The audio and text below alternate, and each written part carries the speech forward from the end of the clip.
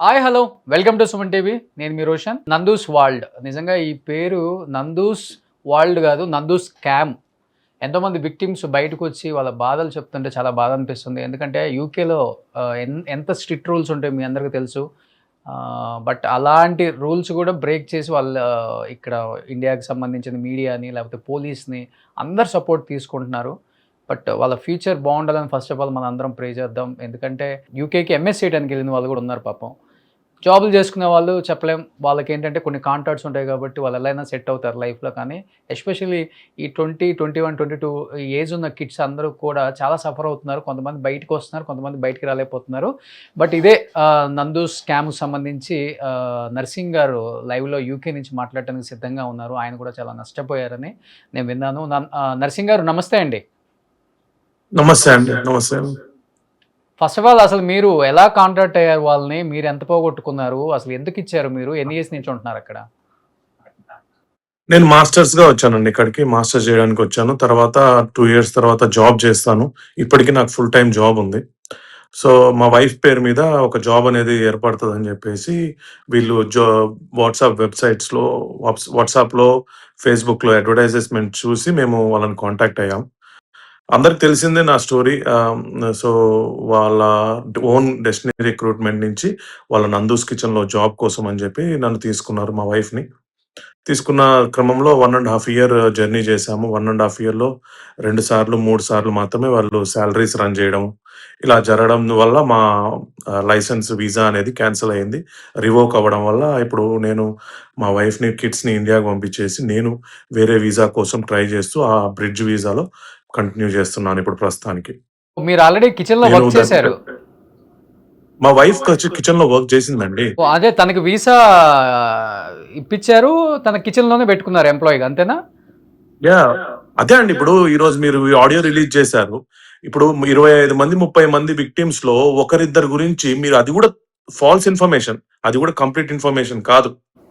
ఎందుకంటే ఇక్కడ యూకే లాస్‌లో ఒక లైసెన్స్ ఏదన్నా మిస్టేక్ జరిగితే, ఒక డ్రైవింగ్‌లో అఫెన్స్ ఉంటే వాళ్ళని వీసా క్యాన్సిల్ చేసి పంపించే రైట్ ఎవరికీ లేదండి. ఓకే. పోలీసెస్‌కి ఓకే. ఉండదండి. ఓకే. ఓకే. అది సో, అది సింపుల్‌గా ఒక కమ్యూనిటీ వర్కో లేకపోతే ఒక లైసెన్స్‌లో మాకు 16 పాయింట్స్ ఉంటాయి.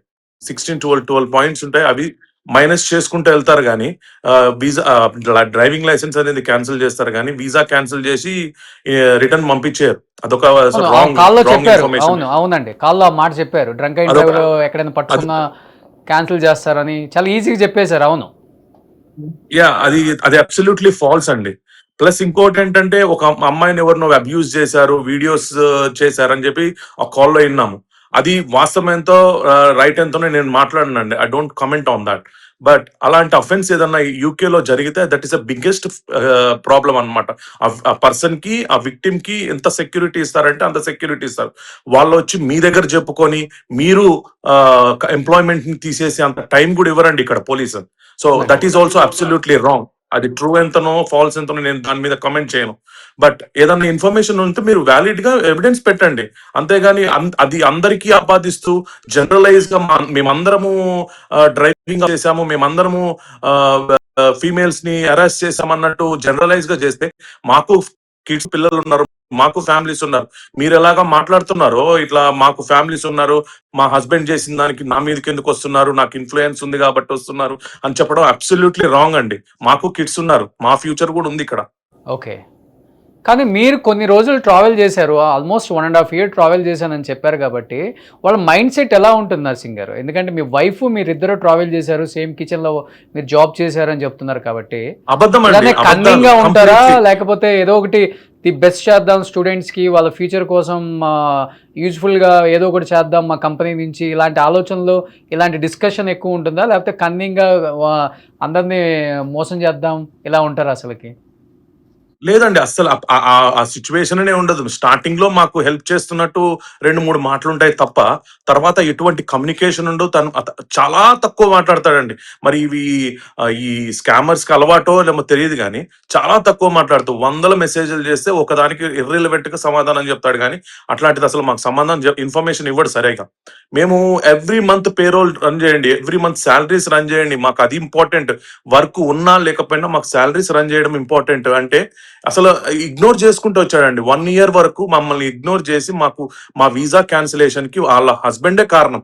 100% మా దగ్గర అన్ని చాట్ హిస్టరీ ఉంది. నా దగ్గర అన్ని ప్రూఫ్స్ ఉన్నాయి. బ్యాంక్ స్టేట్మెంట్స్, పంపించిన బ్యాంక్ స్టేట్మెంట్స్ కూడా ఉన్నాయి.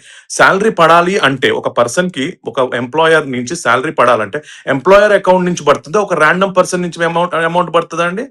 అది అంతే అడిగితే కదా. ఎంప్లాయర్ ఏమని సమాధానం అండి? ఓకే. మీ హస్బెండే కదా, మీ హస్బెండ్ తోటి మాటలే కదా, మీ హస్బెండ్ తోటి చాట్ హిస్టరీ ఉంది మా దగ్గర. మీరు ఏదో ర్యాండమ్ గా కిచెన్ లో ఆమెతో పాటు ట్రావెల్ allegation- చేశారు కదా, కిచెన్ కి ఆమె డైరెక్టర్ కదా, తను మరి తను ఎలా ఉండేవాళ్ళు అసలుకి? తను అంటే ఫస్ట్ స్టార్టింగ్ లో మా వైఫ్ తోటి కలిశారండి. తర్వాత ర్యాండమ్ గా ఎప్పుడైనా కలిశారో లేదో తెలియదు మా వైఫ్ కి. బట్ మా వైఫ్ కి చాలా తక్కువ వర్క్ ఇవ్వడం, అది మాకు, ఎందుకంటే మాకు డెస్టినీ రిక్రూట్మెంట్ నుంచి మాకు వీసా ఇచ్చారు మా వైఫ్ కి. ఓకే. సో నందూస్ కిచెన్ కూడా మాదే అండి, ఇక్కడ మీరు పని చేసుకోండి, ఎందుకంటే డెస్టినీ రిక్రూట్మెంట్ లో వర్క్ లేదని చెప్పి మాకు నందూస్ కిచెన్ కి వర్క్ ఇచ్చారు. ఆ ఓకే. వర్క్ కూడా ఆ రీజన్ చెప్తూ ఈ రీజన్ చెప్తూ మాకు వర్క్ ఇచ్చేవాళ్ళు కాదు. వీక్లీ 40 అవర్స్ కాంట్రాక్ట్ ఇవ్వాల్సింది 5 or 6 అవర్స్ ఇచ్చేవాళ్ళు మాకు. ఎంత పే చేస్తారండి పర్ అవర్ కి అక్కడ? 8 pounds 10 pounds కూడా పే చేయలేదండి మాకు సరిగ్గా. Minimum 12 pounds 13 pounds hourly pay చేయాల్సింది 8 pounds 10 pounds పే చేసిన రోజులు కూడా ఉన్నాయి. మా దగ్గర ఆ చార్ట్ హిస్టరీ కూడా ఉంది. సో వీక్ లో 40 అవర్స్ ఇవ్వాలి. Yes, okay. Okay. As per contract 37.5 hours ఇవ్వాలి. ఓకే. బట్ మీరు ఎంత పే చేశారు ఓవరాల్ గా ఆమెకి, నందూస్ వాళ్ళకి? 15,500 ఫస్ట్ లో ఇచ్చానండి మధుకర్ గారికి. తర్వాత ఇండియన్ రూపీ చెప్పండి. ఇండియన్ రూపీస్ లో 20 lakhs అండి. 20 lakhs ఇచ్చారు. ఎస్. అండ్ ప్లస్ మనకి ఈ సాలరీస్ ఎప్పుడైతే మాకు వర్క్ ఇవ్వలేదో, సాలరీస్ రన్ చేయమని చెప్పి నేను 3,800 pounds, అంటే ఇప్పుడు ఆల్మోస్ట్ 5 lakhs rupees మళ్ళీ అక్టోబర్ లో ఇచ్చాను. ఇప్పుడు మీరు తప్పు చేయలేదు అన్నప్పుడు, సరే మీరు మధ్యవర్తి వర్తించారు, ఆ 15,000 pounds అనేది పక్కన పెట్టండి. ఆ 15,000 pounds పక్కన పెట్టినప్పుడు ఈ 3,000 pounds అనేవి శాలరీ రన్ చేయడానికి ఇచ్చినప్పుడు అవి రిటర్న్ చేయాలా వద్దా అండి? మీరు సరిగ్గా శాలరీస్ రన్ చేయనప్పుడు మీరు ఆ రిటర్న్ చేయాలా లేదా? ఓకే. రిటర్న్ చేయలేదు ఎందుకు మరి? ఎన్ని కన్వర్సేషన్ చేశాను, 100 calls చేశాను, మీరు ఏమన్నా రెస్పాన్స్ ఇచ్చారా? మీ హస్బెండ్ ని ఫస్ట్ క్వశ్చన్ చేయండి, ఏం దరిద్ర పని చేశావు, మా అందరినీ, మా ఫ్యామిలీ, మీ హస్బెండే మీ ఫ్యామిలీని నాశనం చేస్తున్నాడు, మేం కాదు. మీ హస్బెండ్, మీ పిల్లల భవిష్యత్తు నాశనం చేస్తుంది మీ హస్బెండ్ మధుకర్ జాగర్ల మూడి. మీరు ఫస్ట్ క్వశ్చన్ చేయాల్సింది అతన్ని, బయటికి రమ్మని చెప్పండి. మీరు ఒకవేళ మీరు మంచి వాళ్ళు అయితే, నందన గారు చెప్తున్నా, మీరు మంచివారైతే మీ హస్బెండ్ ని ముందర తీసుకొచ్చి జస్టిస్ ముందర నిలబెట్టండి. తప్పు కాకపోతే ప్రూవ్ చేసుకోమని చెప్పండి. అంతేగాని రాంగ్ ఎలిగేషన్స్ మా మీద వేసి మమ్మల్ని ఏదో విక్టిమ్స్ ప్లే చేస్తున్నామని చెప్పి మా మీద తప్పు చెప్పకండి. యూకేలో నేను 2 హైకోర్టు నుంచి రిట్ వచ్చింది, మీకు పర్సనల్ గా మీ హస్బెండ్ కి ఎంప్లాయర్ ఈమెయిల్ ఐడికి నేను పంపించాను, ఎందుకు రెస్పాన్స్ ఇవ్వలేదు చెప్పండి. క్వశ్చన్ ఆన్సర్ చేయండి వీటన్నిటికీ. సో ఓవరాల్ గా ఎంత మంది legal గా- స్టూడెంట్స్ కానీ లేకపోతే ఫ్యామిలీస్ కానీ సఫర్ అయిన వాళ్ళు వాళ్ళ వల్ల? డెఫినెట్ గా 50 to 100 members ఉంటారండి. మా దగ్గరే ఉన్నారు 30 members మీ contact. ఏరియాలో? ఓకే. ఓకే. సో ఓవరాల్ గా అయితే 300 members ఎబో అంటున్నారు. బట్ ఒక్కొక్క ఏరియాకి, మీకు తెలిసిన ఏరియాలో అయితే 50 to 100, అంతే కదా? ఎస్ అండి, ఎస్. ఓవరాల్ ఇండియా మీద మీ ఈజీగా 50 to 100 ఉంటారండి. సో ఇప్పుడు మీరు తెలంగాణ అండి, ఆంధ్రానా? తెలంగాణ, హైదరాబాద్. హైదరాబాద్ వాళ్ళే. ఎస్. సో ఇప్పుడు మీ వైఫ్ పిల్లలు కూడా యూకే నుంచి వీసా క్యాన్సిల్ కావటం వల్ల ఇండియాకి వచ్చేసారు. మీకు కూడా క్యాన్సిల్ అయిపోయింది, sir. అంతే కదా? నాకు అప్పుడు క్యాన్సిల్ అయింది. నేను ఇప్పుడు బ్రిడ్జ్ వీసా PhD కోసం అని చెప్పి కంటిన్యూ అవుతున్నా. ఆమె చెప్పింది ఇంకొక మాట, మేమందరం ఇల్లీగల్ గా ఉంటున్నాం అని. ఆమెకి సగం ఇన్ఫర్మేషన్ ఉంది, సగం ఇన్ఫర్మేషన్ లేదండి. మాకు యాజ్ ఎ యూకే ఆస్పిరెంట్స్ గా మేము మల్టిపుల్ ఆప్షన్స్ ఉంటుంది. As a UK government side నుంచే చాలా ఆప్షన్స్ ఉంటాయి. 1 by 1 మేము ఆ బ్రిడ్జ్ ఇల్లీగల్ గా ఎవరు ఉండరండి. ఇక్కడ ఉంటే వాళ్ళకే ప్రాబ్లం రేపు పొద్దున ఫ్యూచర్ లో. సో ఈ బ్రిడ్జ్ వీసాస్ అనేవి ఉంటాయి మాకు. ఆ బ్రిడ్జ్ వీసాస్ వేసుకుంటూ మేము PhDs అవి ఇవి ఎక్వైర్ చేసుకోవడానికి మేము కంటిన్యూ చేస్తాం. కానీ మీలాగా మేము అందరిని మనుషులను స్కామ్ చేసుకుంటూ ఇల్లీగల్ గా బ్రతుకుతుంది మీరు, మీ ఫ్యామిలీ మెంబర్స్, మీ హస్బెండ్ మెయిన్. ఇల్లీగల్ గా అందరి భవిష్యత్ అంతా నర్సింగ్ నాశనం గారు, మీ చేస్తున్నారు. పెయిన్ ఏంటో అర్థం అవుతుంది. డెఫినెట్ గా అందరూ కూడా దీని గురించే ఫైట్ చేస్తున్నారు. ఎక్కడ యూకేలో జరిగిన ఒక సంఘటన అయినప్పటికి కూడా ఇక్కడ ఉన్న అందరూ కూడా ఫైట్ చేస్తున్నారు. మనం తెలుగు వాళ్ళు ఇబ్బంది పడకూడదు, సఫర్ అవ్వకూడదు. డెఫినెట్గా మీ అందరికీ జస్టిస్ జరగాలని అందరూ కూడా ఫైట్ చేస్తున్నారు. కొంతమంది అడ్వకేట్లు కూడా ఫైట్ చేస్తున్నారు. కాబట్టి విక్టిమ్స్ అందరికి కూడా న్యాయం జరగాలనే కోరుకుంటున్నాం. So thank you so much nursing గారు. సుమన్ టీవీలో మీ పర్సనల్ అండ్ బిజినెస్ ప్రమోషన్స్ కోసం కింది నెంబర్కి కాంటాక్ట్ చేయండి.